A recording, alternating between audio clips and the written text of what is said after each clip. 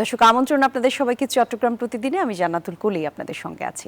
আসন্ন ত্রয়োদশ জাতীয় সংসদ নির্বাচনে রিটার্নিং অফিসার কর্তৃক মনোনয়নপত্র গ্রহণ এবং বাতিলের আদেশের বিরুদ্ধে শেষ দিনে নির্বাচন কমিশনে 552টি আপিল জমা পড়েছে। রাজধানীর আগারগাঁও নির্বাচন কমিশন ভবনে আপিল দায়েরের কেন্দ্রে অঞ্চল ভিত্তিক 10টি বুথে এই আপিল দায়ের করা হয়েছে বলে ইসির কর্মকর্তারা জানান। এর মধ্যে ঢাকা অঞ্চলে 118, ফরিদপুরে 41, বরিশালে 27, ময়মনসিংহে 78, সিলেটে 24, চট্টগ্রামে 27 এর অধিক এবং রংপুরে 47, রাজশাহীতে 56, খুলনায় 57 এবং কুমিল্লায় 66 একই সাথে মনোনয়নপত্র গ্রহণের বিরুদ্ধেও একাধিক আপিল জমা পড়েছে। কাল থেকে শুরু হবে শুনানি, যা চলবে 18 জানুয়ারি পর্যন্ত। আমার চাইতে যারা অনেক বড় বড় মামলার আসামি আছে, যারা শত শত কোটি টাকা ব্যাংকে ঋণ আছে, তাদের তো কোনো সমস্যা হলো না। সন্দেহ তো ধরেন এটা দুইটা দিক, একটা হচ্ছে প্রশাসনিক দিক আছে, নির্বাচন কিভাবে পরিচালনা করবেন, আর একটা রাজনৈতিক দিক আছে। তো আমি রাজনৈতিক দিকটার প্রতিবাদ করছি এবং প্রশাসনের ব্যাপারটা আমি একটু সন্দিহান। আমি বর্তমানে লেভেল প্লেইং ফিল্ড বলে কোনো কিছু আসলে দেখতেছি না। পূর্বেই যেরকম হুমকি ধামকির মধ্য দিয়ে যে নির্বাচন হইতো বা আমাদের স্বতন্ত্র প্রার্থী বা প্রতিপক্ষ দলের সাথে যেভাবে আচরণ করা হচ্ছিল, ঠিক সেরকম আচরণও কিন্তু এখনো চলতেছে। চট্টগ্রামের মিরসরাইয়ে দাঁড়িয়ে থাকা ট্রাকের পেছনে যাত্রীবাহী সেন্ট মার্টিন পরিবহন বাসের ধাক্কায় 3 জন নিহত হয়েছেন, আহত হয়েছেন বেশ কয়েকজন।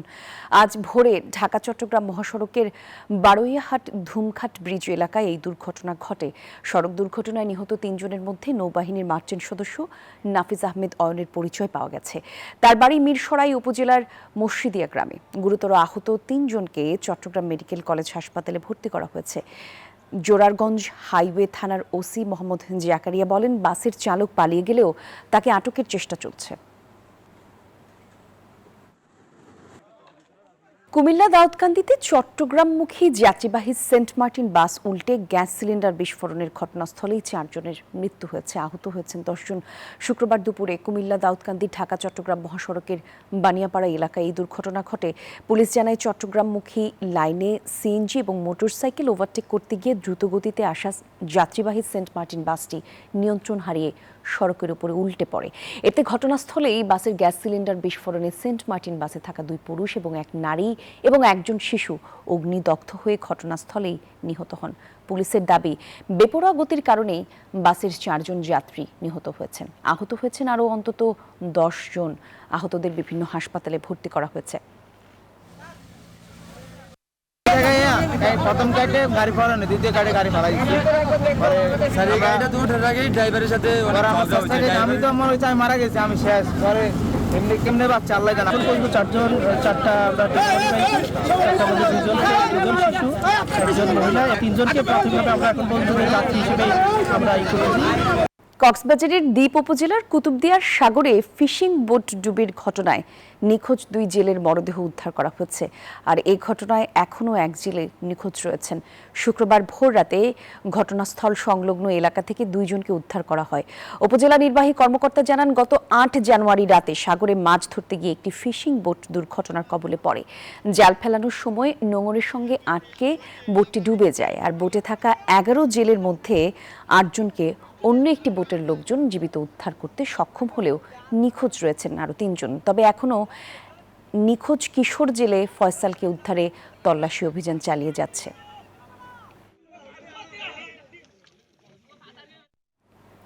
চট্টগ্রামে আকর্ষণীয় এবং বর্ণিল সাজে নতুন রূপে সেজেছে ডিসি পার্ক। আজ থেকে শুরু হলো মাসব্যাপী ফুল উৎসব। চতুর্থবারের মতো দেশের বৃহত্তম চট্টগ্রাম ফুল উৎসবের উদ্বোধন করেন জনপ্রশাসনের সিনিয়র সচিব এহসানুল হক। মাসব্যাপী এই আয়োজন রয়েছে দেশি বিদেশি প্রায় 140 প্রজাতির লক্ষাধিক ফুলের সমারোহ। আবু জাবেদের ছবিতে চট্টগ্রাম থেকে নয়ন বড়ুয়া জয়ের তথ্যচিত্রে ডেস্ক রিপোর্ট।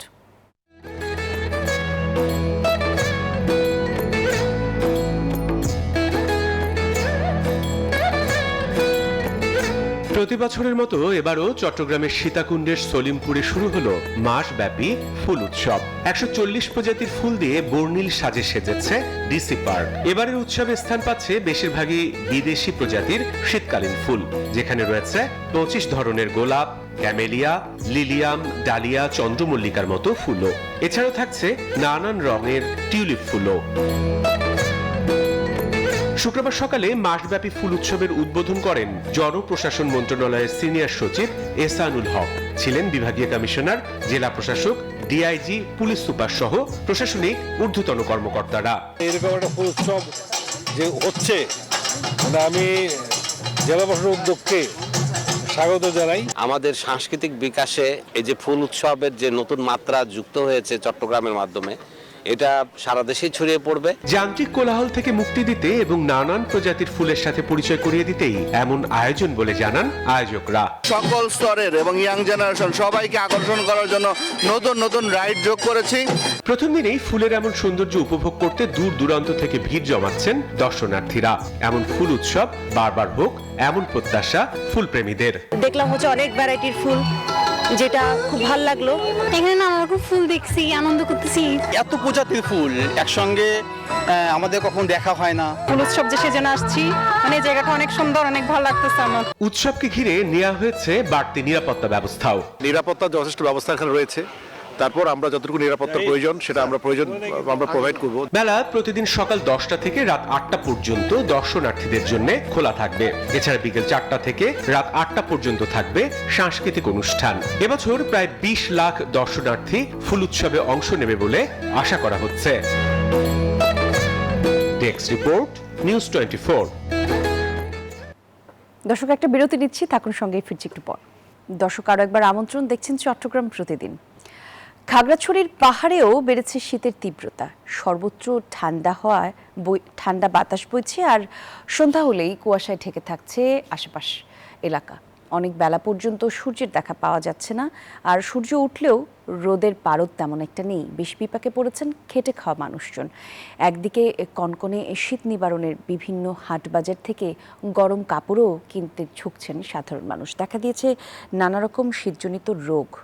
দিনের বেলায়ও আগুন জ্বালিয়ে শীত নিবারণের চেষ্টা করছেন অনেকেই।